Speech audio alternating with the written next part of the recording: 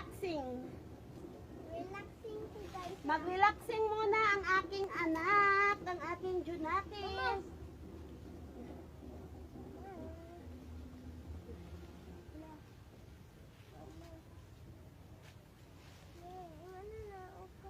Nilay kahoy na raw, birahon ako na. So taas-taas ako nakuha, oh. Na taas-taas. Hindot siya. Ayan. So kinamay ko lang kasi wala pa akong dalang itak.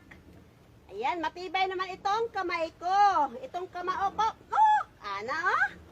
Isang galalap, chok. Ayan. Kuha agad.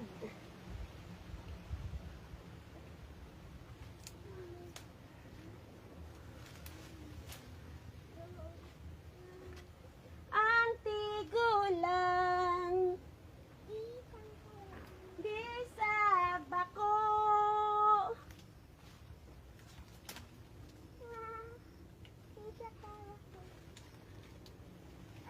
Guys, kahapon may mga bata ditong dumaan at marami silang nakuhang bayabas.